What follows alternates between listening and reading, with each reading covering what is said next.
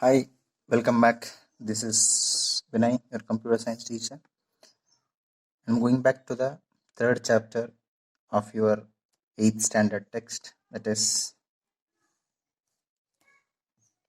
computer organization.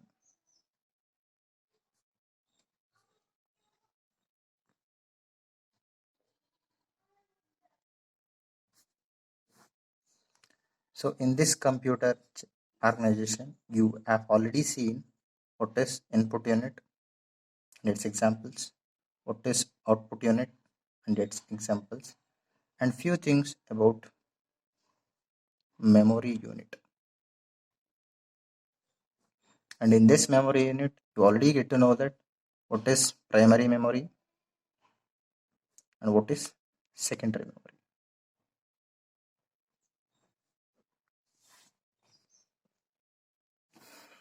In Kannada already ನೀವು input unit ಅಂದರೆ ಏನು ಮತ್ತು ಅದರ ಎಕ್ಸಾಂಪಲ್ಗಳು, ಔಟ್ಪುಟ್ ಯೂನಿಟ್ ಅಂದರೆ ಏನು ಅದರ ಎಕ್ಸಾಂಪಲ್ಗಳು, ಮೆಮೊರಿ ಯೂನಿಟ್ ಬಗ್ಗೆ ಸ್ವಲ್ಪ ತಿಳ್ಕೊಂಡಿದ್ದೀರಾ. ಅದರೊಟ್ಟಿಗೆ ಪ್ರೈಮರಿ ಮೆಮೊರಿ ಅಂದ್ರೆ ಏನು, ಸೆಕೆಂಡರಿ ಮೆಮೊರಿ ಅಂದ್ರೆ ಏನು, ಎಷ್ಟು ತಿಳ್ಕೊಂಡಿದ್ದೀರಾ. ಸೊ ಮುಂದೆ when we go for next primary ಮೆಮೊರಿಯಲ್ಲಿ we have two subdivisions. One is RAM, other is ROM. ನೀವು ಅಂಗಡಿಗೆ ಹೋಗ್ಬಿಟ್ಟು ಪ್ರೈಮರಿ ಮೆಮೊರಿ ಕೊಡಿ ಅಂದರೆ, ಸಪೋಸ್ ನೀವೇನಾದ್ರು ಕಂಪ್ಯೂಟರ್ನ ಏನಾದರೂ ಅಸೆಂಬಲ್ ಮಾಡ್ತಾ ಇದ್ರೆ, CPU ಜೋಡಿಸ್ತಾ ಇದ್ರೆ ಪ್ರೈಮರಿ ಮೆಮೊರಿ ಕೊಡಿ ಅಂತ ಹೇಳಿದ್ರೆ ಯಾರು ಕೊಡಲ್ಲ. ಹಂಗಂದ್ರೆ ಏನು ಅಂತ, it is just A concept. ಆ ರೀತಿ ಯಾವುದು ಡಿವೈಸ್ ಇಲ್ಲ, ಆ ರೀತಿ ಯಾವುದು ಮಿಷಿನ್ ಇಲ್ಲ. ಸೊ ಹಾಗಾಗಿ ಪ್ರೈಮರಿ ಮೆಮೊರಿಯಲ್ಲಿ ಡಿವೈಸ್ ಅಂತ ಏನಾದರೂ ಹಾರ್ಡ್ವೇರ್ ಅಂತ ಏನಿದ್ರೆ that is there only RAM and ROM. Primary memory ಅನ್ನೋದು ಒಂದು ಕಾನ್ಸೆಪ್ಟ್ ಅಷ್ಟೇ. ಅದರಲ್ಲಿ ನಿಮಗೆ ಹಾರ್ಡ್ವೇರ್ ಯಾವುದಪ್ಪ ಅಂತ ಹೇಳಿದ್ರೆ ರ್ಯಾಮ್ ಮತ್ತು ರಾಮ್, ಸರಿನಾ. ಮತ್ತೆ ಸೆಕೆಂಡರಿ ಮೆಮೊರಿ.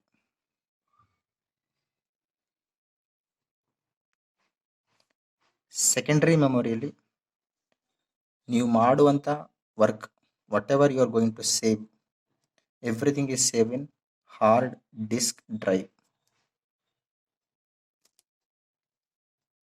ಹೌದಲ್ವಾ. ಕಂಪ್ಯೂಟರ್ ನೀವು ಏನೇನು ಸ್ಟೋರ್ ಮಾಡ್ತಿರೋ ಪ್ರತಿಯೊಂದು ಹೋಗಿ ಸೇವ್ ಆಗೋದು ಹಾರ್ಡ್ ಡಿಸ್ಕ್ ಡ್ರೈವಲ್ಲಿ, ಅದು secondary memory.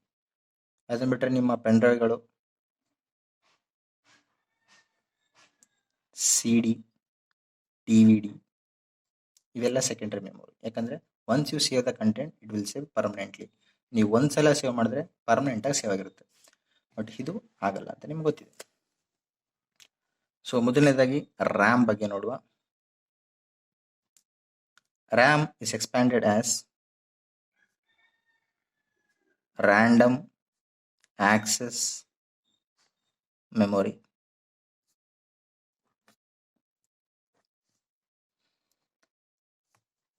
Why it is called as random ಅಂತ ಹೇಳಲಿಕ್ಕೆ ಮುಂಚೆ ಯೂಶುವಲಿ ರ್ಯಾಮ್ ಹೇಗಿರುತ್ತೆ ಅಂತ ತೋರಿಸ್ತೀನಿ. ರ್ಯಾಮ್ ಅನ್ನೋ ಚಿಪ್ಪು ಈ ರೀತಿ, ಯೂಶುವಲಿ ಈ ರೀತಿನೇ ನಿಮ್ಗೆ ಕಾಣೋದು. ಇಲ್ಲಿ ಚಿಪ್ಗಳು ಹಾಕಿರ್ತಾರೆ ಒಂದಷ್ಟು, ರ್ಯಾಮ್ ಚಿಪ್ ಒಳಗಡೆ ಒಂದಷ್ಟು ಚಿಪ್ಗಳು ಇರ್ತವೆ.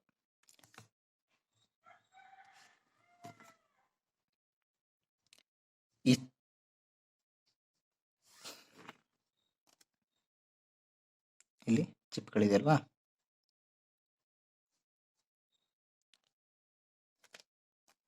So usually for example if I ask you, I gave a chip and I want you to fill ಅಂತಂದ್ರೆ, ನಮ್ಗೊಂದು ಚಿಪ್ ಕೊಟ್ಟು ಪ್ರತಿಯೊಂದನ್ನು ಫಿಲ್ ಮಾಡಿ, ಏನೋ ಒಂದಷ್ಟು ಕಂಟೆಂಟ್ ಫಿಲ್ ಮಾಡಿ ಅಂತ ಯೂಶುವಲ್ ಆಗಿ ನಾರ್ಮಲ್ ಆಗಿ ಮಾತಾಡೋದು ಹೇಳಿದ್ರೆ, you either start from the top bottom and you go for the top, or you come from the top you go for the bottom.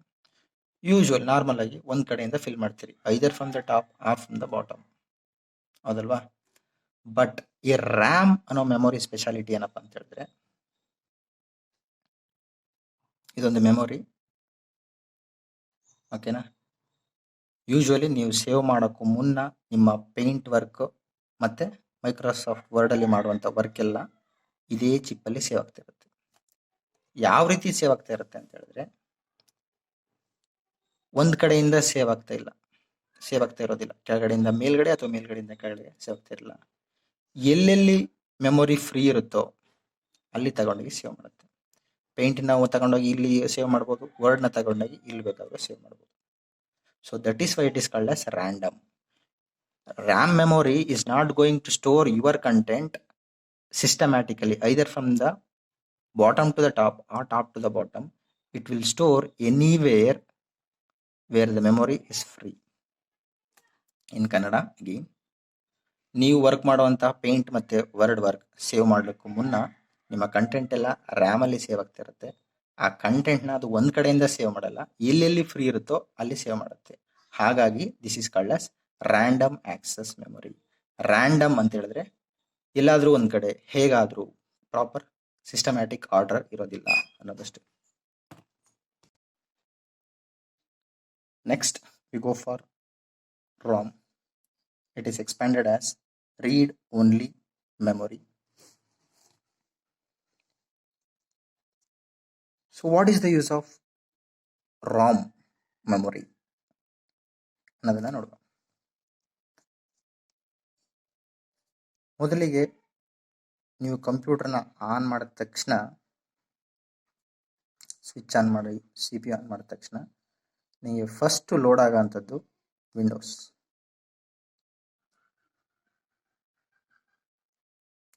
This is very important.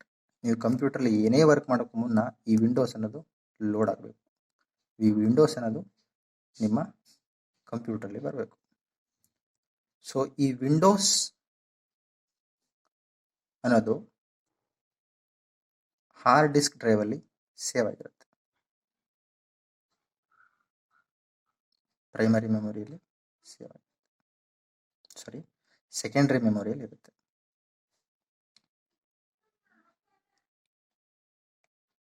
ಈ secondary ಮೆಮೊರಿಯಲ್ಲಿ ನಿಮ್ಮ Windows ಎಲ್ಲಿ save ಆಗಿದೆ ಅನ್ನೋ detail Ram ಮೆಮೊರಿಯಲ್ಲಿ ಇರುತ್ತೆ. Again in Kannada,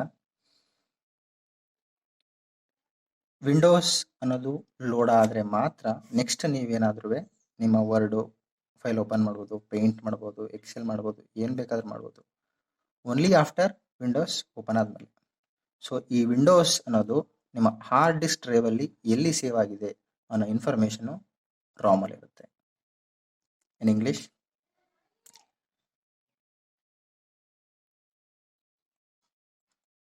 the Windows is stored in your hard disk drive. The information about where the Windows is stored in hard disk drive is available in ROM memory.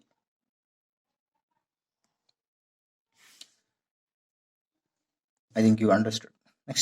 The next thing is, it is called as read-only memory. Why do we call it as read-only memory? Means, if you imagine this is a ROM chip, you can only read the content from the ROM chip. You cannot write the data into ROM. In Kannada, ಈ ರಾಮ್ ಅಲ್ಲಿರೋ chip ಅಲ್ಲಿರೋ information, ಏನ್ information, Windows hard disk drive ಅಲ್ಲಿ ಎಲ್ಲಿ save ಆಗಿದೆ ಅನ್ನೋ information ನೀವು ಇಲ್ಲಿಂದ ತಗೋಬೋದಷ್ಟೇ. You can get, you cannot write. ಅಂದ್ರೆ ನೀವು ಏನು ಇದರಲ್ಲಿ ಸ್ಟೋರ್ ಮಾಡೋಕ್ಕಾಗಲ್ಲ, ಏನನ್ನೂ ಕೂಡ ಸೇವ್ ಮಾಡಲಿಕ್ಕೆ ಆಗಲ್ಲ. You cannot right. So that is why it is called as read only memory. ಈ ಮೆಮೊರಿಲಿರೋ ಕಂಟೆಂಟ್ನ ನಾವು ತಗೋಬಹುದು, ಈ ಮೆಮೊರಿಗೆ ನಾವು ಏನೂ ಸೇವ್ ಮಾಡೋಕ್ಕಾಗಲ್ಲ. ಸೊ ಹಾಗಾಗಿ ಇಟ್ ಈಸ್ ಕಾಲ್ಡ್ ಆಸ್, ಅಥವಾ ಈ ಮೆಮೊರಿಗೆ ನಾವು ಏನೂ ರೈಟ್ ಮಾಡ್ಲಿಕ್ಕೆ ಆಗಲ್ಲ. ಸೊ ಹಾಗಾಗಿ this is called as read only memory. Next concept is memory measurement.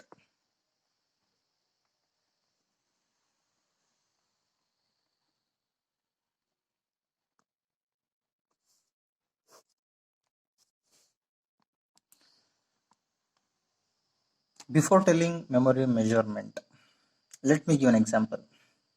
ಇದು ಹೇಳಲಿಕ್ಕೂ ಮುನ್ನ ಒಂದು ಎಕ್ಸಾಂಪಲ್ ಕೊಡುವ. ನೀವು ಯಾವ್ದಾರು ಅಂಗಡಿಗೆ ಹೋಗ್ತೀರಿ, suppose you go for a ದಿನಸಿ shop and you want dal, ಬೇಳೆ ಬೇಕಾಗುತ್ತೆ. ಹೆಂಗೆ ಕೇಳ್ತೀರಿ? 1 kg, 2 kg, ಅರ್ಧ kg ಬೇಕು ಅಂತ ಕೇಳ್ತೀರಿ. ಅದೇ ರೀತಿ you go for a milk shop, Nandini shop, and you ask for milk with a measurement of 1 liter or half liter, like that. In the same way, we need to measure the amount of data which is being stored in the memory. In Kannada, ನಾವು ಹೇಗೆ ದಿನಸಿ ಅಂಗಡಿ ಹೋಗಿ 1 kg 2 kg ಕೊಡಿ ಅಂತ ಕೇಳ್ತೀವೋ, ಹಾಲು ತಗೋಬೇಕಾದ್ರೆ 1 litre ಅರ್ಧ ಲೀಟರ್ ಅಂತ ಕೇಳ್ತೀವೋ, ಅದೇ ರೀತಿ ಮೆಮೊರಿ ಎಷ್ಟು ಫಿಲ್ ಆಗ್ತಾ ಇದೆ, ಅಥವಾ ನಾನು ಯಾವುದೋ ಒಂದು ವಿಡಿಯೋ ಮಾಡ್ತಾ ಇದ್ದೀನಿ, ಈ ವಿಡಿಯೋ ಎಷ್ಟು ಫಿಲ್ ಆಗ್ತಾ ಇದೆ, ಅಥವಾ ಒಂದು ಫೋಟೋ ತೆಗಿತೀನಿ, ಅದರದ್ದು ಎಷ್ಟು ಸೈಜ್ ಇದೆ ಅನ್ನೋ ಮೆಜರ್ಮೆಂಟ್ನ ನಾವು ಬೈಟ್ಸ್ ಇಂದ ಮಾಡ್ತೀವಿ. Computer memory is measured in bites.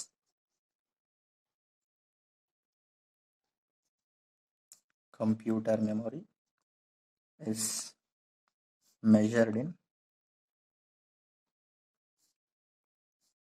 bytes.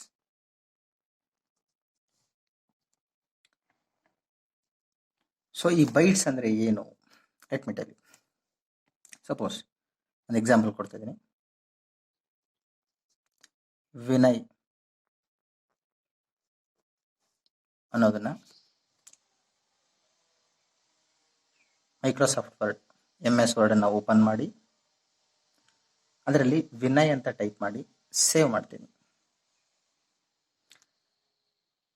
ಅದು ಸೇವ್ ಮಾಡಿರೋ ಕಂಟೆಂಟು ನಿಮ್ಮ ಕಂಪ್ಯೂಟರ್ ಮೆಮೊರಿಯಲ್ಲಿ ಹೇಗೆ ಸೇವ್ ಆಗುತ್ತೆ ಅಂತ ಹೇಳಿದ್ರೆ,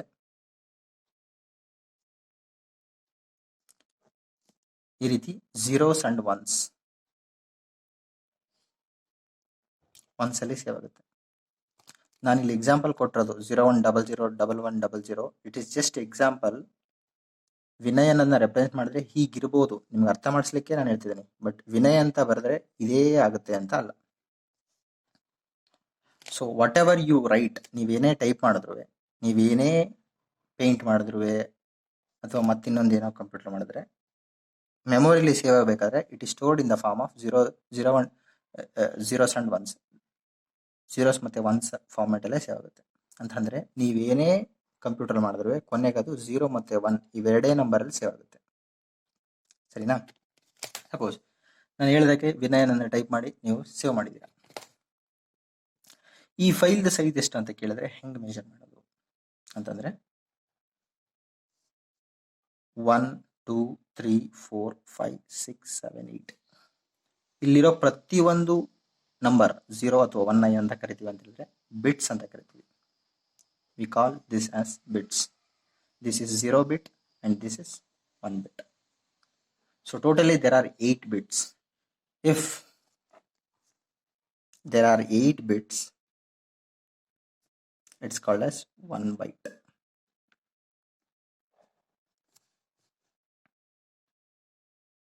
So the file size of this content, of the file content Vinay is 1 byte.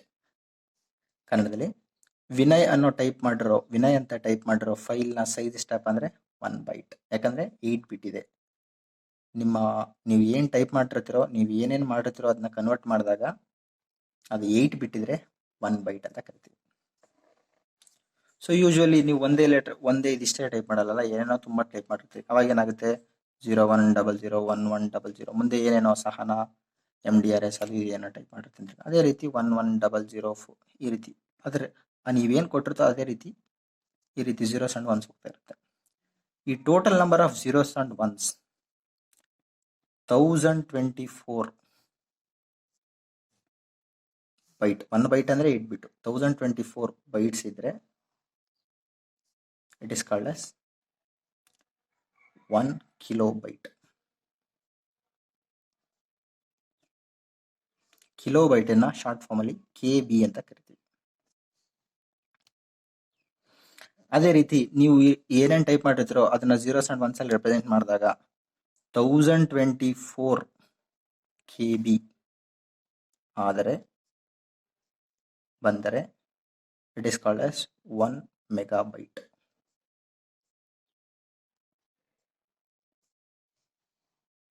Megabyte is called as in short form MB.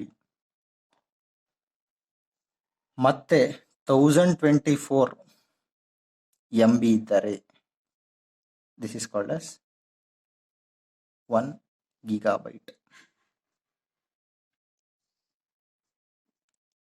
In short form it is called as GB. 1024 GB ಇದ್ದರೆ it is called as 1 terabyte. It is called as TB. Suppose 1024 TB ಇದ್ದರೆ it is called as 1 petabyte.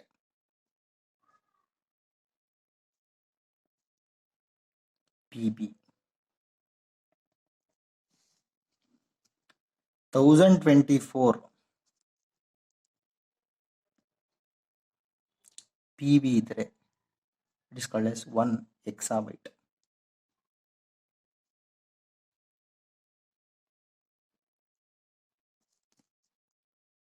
EB. 1024 EB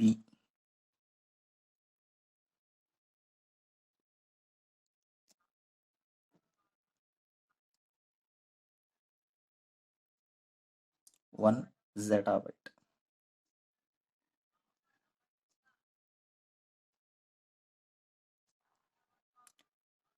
Thousand 24 ZB that is called as 1